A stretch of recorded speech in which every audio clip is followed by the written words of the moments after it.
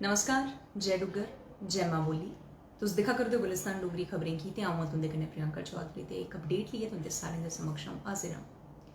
Update जेह्ड़ी ऐ समाजिक कुरीतियें च जेकर एह् गल्ल करचै ते कुदै ना कुदै भांत भांत दी कुरीतियां सुनने गी बी लभदियां न ते ऐसे किश केस जेह्ड़े न सारें दी अक्खी दे समक्ष बी आंदे न। अज्जा दी इस अपडेट दी गल्ल करां ते किस चाल्ली कन्नै इक पुत्तर ऐ जेह्ड़ा ओह् कपूत होई गेआ। क्योंकि जेकर एक भजन की गल करा तो भजन भी है कि पूत कपूत सुने हैं पर ना माता सुनी कुमाता। मतलब माता कदें भी बच्चे कन्नै हेर फेर नहीं करी सकती, गलत नहीं करी सकती, लेकिन जी औलाद है वो अक्सर अपने माँ प्यो के सके होंदे होंदे गै रेही जाते हैं। तो उस चाल्ली कन्नै अज्जा दी इस अपडेट कोला जेकर मैं गल करा, एक पुत्तर ने पैसे के एवज च, पैसे के लालच च किस चाल्ली कन्नै अपनी माँ का कतल है जोड़ा वो करी दिता। अपनी माता का कतल करी देना ते उहदे परैत अपने दादी दादा जेड़े ने उंदे पर वो इल्ज़ाम है जेड़ा वो मड़ी उड़ना। पूरी अपडेट उंदे कन्नै सांझा करां ते दस्सां कि अनंतनाग थमां एक खबर आवा करदी है ते जिस चाल्ली कन्नै एक पुत्तर ने अपनी मां की हत्या करी दित्ती ते उंदे हत्या कीती भी कि'यां, उंदे सिरा पर पत्थर मारी मारियै जिल्ले तक उन्हें दम नहीं त्रोड़ी दिता उंदी हत्या करी दित्ती।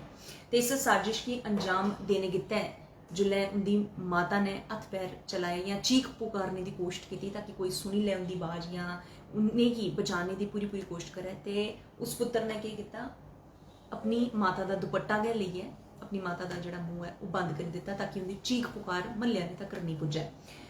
ये वारदात की अंजाम उन अपने दोस्त कन्नै रली मिलियै दिता ते उहदे परैत जिल्लै उहदी माता अपने पुत्तर आस्तै रुट्टी पा करदी ही, लेकिन वह बेखौफ होइयै अपने पुत्तर की भुख मिटाने गित्तै कम्म करा करदी ही, लेकिन पुत्तर ने केह् कीता, अपनी गै माता का कतल जेह्ड़ा अपने दोस्त कन्नै मिलियै करी दित्ता।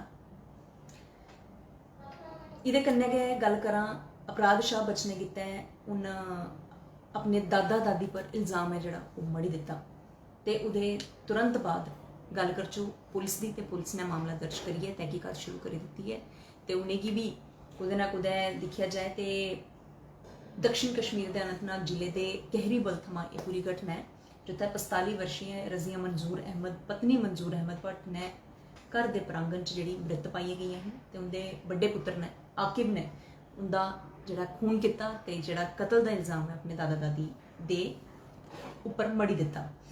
तो ये कन्नै गै जानकारी के अनुसार तुसेंगी दस्सी दें कि पुलिस ने फिलहाल मामला दर्ज कर लिता है तो पैसे के एवज च अपनी माता का कतल करने वाले इस पुत्र की सज़ा है जी वो जरूर होनी चाहिए। तो मैं तो तुंदे सारे शा इहो गलाना चाहंग कि ऐसी कोई भी वारदात होंदी है इसकी खबर जी वो पुलिस को जरूर दो। फिलहाल मिगी दिओ इजाजत। धन्यवाद। जय डुग्गर, जय मां बोली।